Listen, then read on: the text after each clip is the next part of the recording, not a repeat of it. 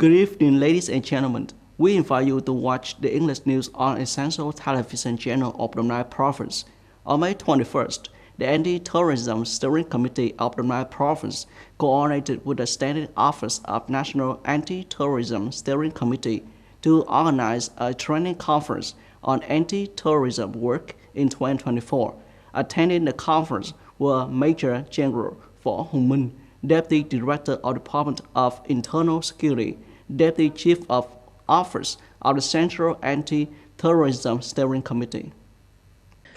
Speaking at the opening of the conference, acting chairman of the Domnao Provincial Board Committee, head of Provincial Anti-Terrorism Steering Committee, Võ Tấn Đức emphasized that over the past time, the Steering Committee of the Provincial Anti-Terrorism has successfully fulfilled its role and effectively implemented anti-terrorism programs, plans, and measures in accordance with actual situation of the province, proactively carry out the work of grasping situation, synchronously deploying measures to prevent terrorist and sabotage activities, absolutely protect important national security objectives. Võ Hùng Minh presented anti-terrorism laws, the government decrees on amending and supplementing a number of articles regulating the organization, tasks, powers, and coordination relations of steering committee for terrorism prevention and combat at all levels and situations of terrorism and initial handling, strengthen the protection of key targets, step up the whole people's movement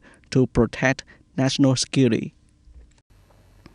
On May 21st, the Domnao Provincial People's Committee held a conference to announce Department and District Competitiveness Index (DDCI) of the Domnao Province in 2023. 2023 was the first year that assessed the capacity and quality of administration of departments, industry, and locality through DDCR implemented by Provincial Business Association in collaboration with Vietnam Federation of Commerce and Industry, Ho Chi Minh City Branch, VCCI Ho Chi Minh. Acting Chairman of Provincial People's Committee Võ Tấn Đức emphasized that the index is valuable information to have Domnao and business community jointly monitor to improve a favorable, open and transparent investment and business environment in locality. The Domnao Province Business Association said that the DDCR 2023 survey in the Domnao Province was conducted on 22 departments and industries. The overall average score of departments and industry of the province is 70.87 points. This is a fairly high score, reflecting the positive assessment of business community and departments and industries of the Domnao Province. Regarding localities, Trang Bom District is the leading unit with 76.51 satisfaction points from businesses. The agricultural products industry is showing positive signs. Since the beginning of the year, Vietnam has exported more than $1.8 billion of fruit, up more than 33% over the same period last year.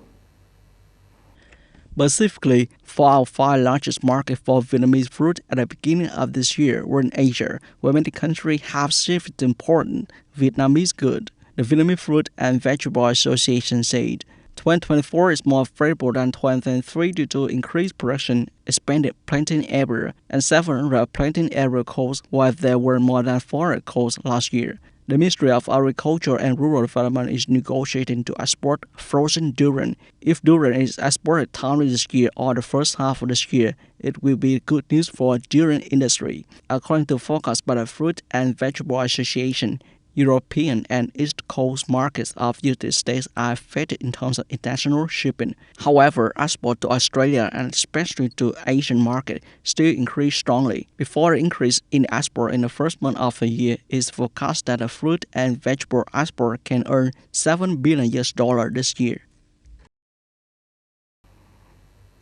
On May 21st, Iranian ambassador to Russia Qasem Ghazali affirmed that Tehran will not make any changes to its foreign policy after the death of President Ibrahim Raisi and Foreign Minister Hossein Amir Abdullahian on May 19th.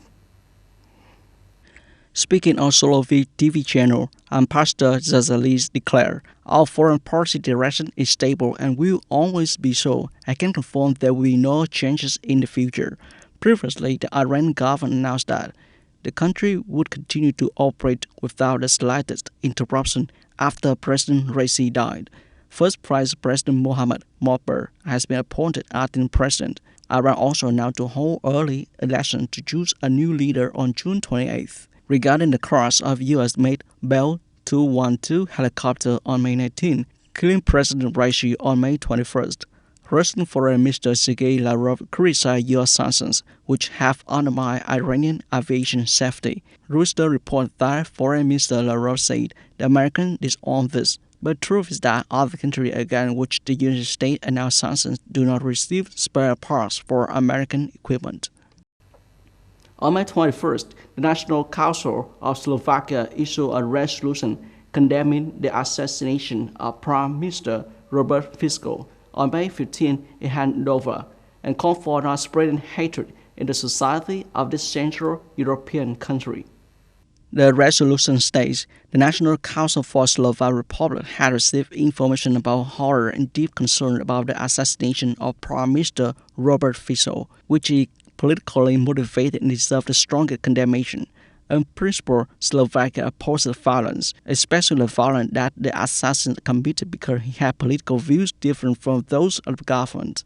The Slovak parliament calls on all political actors, the non-governmental sector, the media, officials, and civil servants to respect the election result and not to spread hatred against the legitimate democratic government, and call for an easing of tension in society and an end to hate speech. In addition, Slovak parliamentarians also encouraged the government to adopt appropriate security measures to prevent further political and violent attacks against Slovak officials and citizens, and wish the Prime Minister Fico quickly recover and return to duty as soon as possible.